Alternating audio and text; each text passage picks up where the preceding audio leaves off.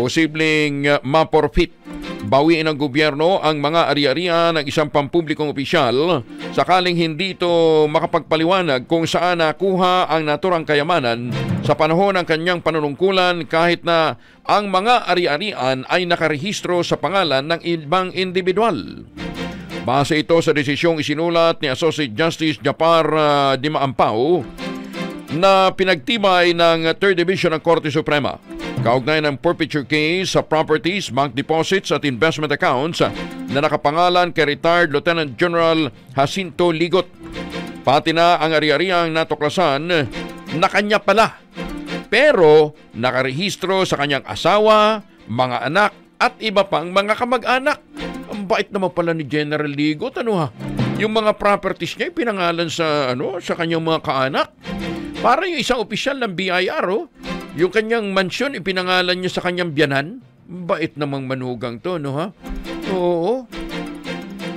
Resulta ito na isinagawang lifestyle check ng ombudsman para matukoy kung ang mga ari-arian na nakuha ng general sa panahon ng kanyang pagseserbisyo sa gobyerno lumagpas sa kanyang sweldo at iba pang legal na pinagkakakitaan. Sa investigasyon natuklasan, hindi sumailalim sa idineklarang ari-arian ni General Ligot sa kanyang Statements of Assets, Liabilities and Network o SALN mula 1982 hanggang 2003 ang aktual na mga ari-arian nito sa ilalim na kanyang pangalan, gayon din ang kanyang mga kaanak. Dahil dito, naghain ang ombudsman ng forfeiture case sa Sandigan Bayan para sa paggamit ng general sa pangalan ng kanyang pamilya upang itago ang mga ill-gotten wealth. Napag-alaman naman ng Sandigan Bayan, labag sa batas ang nakuhang mga ari-arian ng general at ipinag-utos ang pagbawi nito. Nagkakahalaga ng 102 million pesos. Meron ding mga deposito at pondo na sa pamumuhunan nagkakahalaga ng 53 million pesos. Pinagtibay ng Korte Suprema ang desisyon ng Sandigan Bayan, binigyang pansin na walang sariling mapagkukunan ng kita ang asawa at anak ni General Ligot. Pero nagmamay-ari pa rin ng mga ari-arian at may hawak silang malalaking bank at investment account sa ilalim ng kanilang mga pangalan. Binayaran ni General Ligot ang mga kondominium ng ang amortization kahit na may titulo na nasa pangalan ng kanyang kapatid. Bait talaga ni General, Ang kondominium na nakalista sa ilalim ng pangalan ng kanyang bayaw ay unang binili ng asawa ni General Ligot na wala namang sariling kita. Ayos talaga, Ayon sa korte, lumalabas na si General Ligot ang tunay na may-ari kahit pa nasa pangalan ng ibang tao ang mga legal na titulo. Baka mamaya binayad pa nito cheque. Hindi matitrace talaga. Sa ilalim ng Republic Act 1379, ang mga ari-arian ng mga pampublikong opisyal ay pinapalagay na iligal na nakuha kapag ang may ito ay halatang walang proporsyon sa kanilang legal na income. Ayun.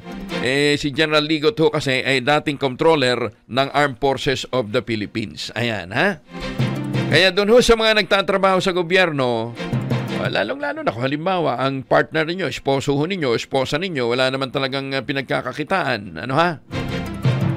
Madali nang matuntun ngayon kung proportionate ba ang inyong ari-arian sa aktual na kinikita ng inyong pamilya. Ayan, may kakilala nga ako hindi naman siya engineer ng NIA, ng National Irrigation Administration. Yung kanyang asawa, teacher sa isang pribadong universidad, pero pagkalaki-laki ng mga bahay, panay ang biyahe abroad. Tsaka nakakapagpaaral sa mga prestigious universities sa Mindanao, kaya ang tanong nga,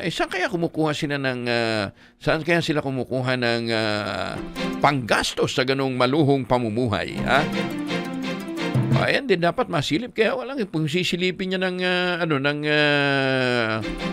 ombudsman. Baka maubos yung nagtatrabaho sa gobyerno. Lalo na yung mga opisyal natin, kaya lang, nasampulan lang si General Ligot, Naabutan ka ng batas, sa mga taga-BIR lalo na. Dito lang ho sa lalong-lalo na yon sa run against sa fake transaction. Yung mga naghahabol kunwari sa ghost receipts. Kaya ghost receipts naman hong inabol, kaya ang kanilang collection ghost collection din. Ayan ha. And that ghost collection goes to a mansion. Yung tatlo yata, meron tatlong top ranking director ng BIR ang sinuspindi muna ang pagpapagawa ng kanilang mga mansyon. Ayan ha. Ayan, parang yung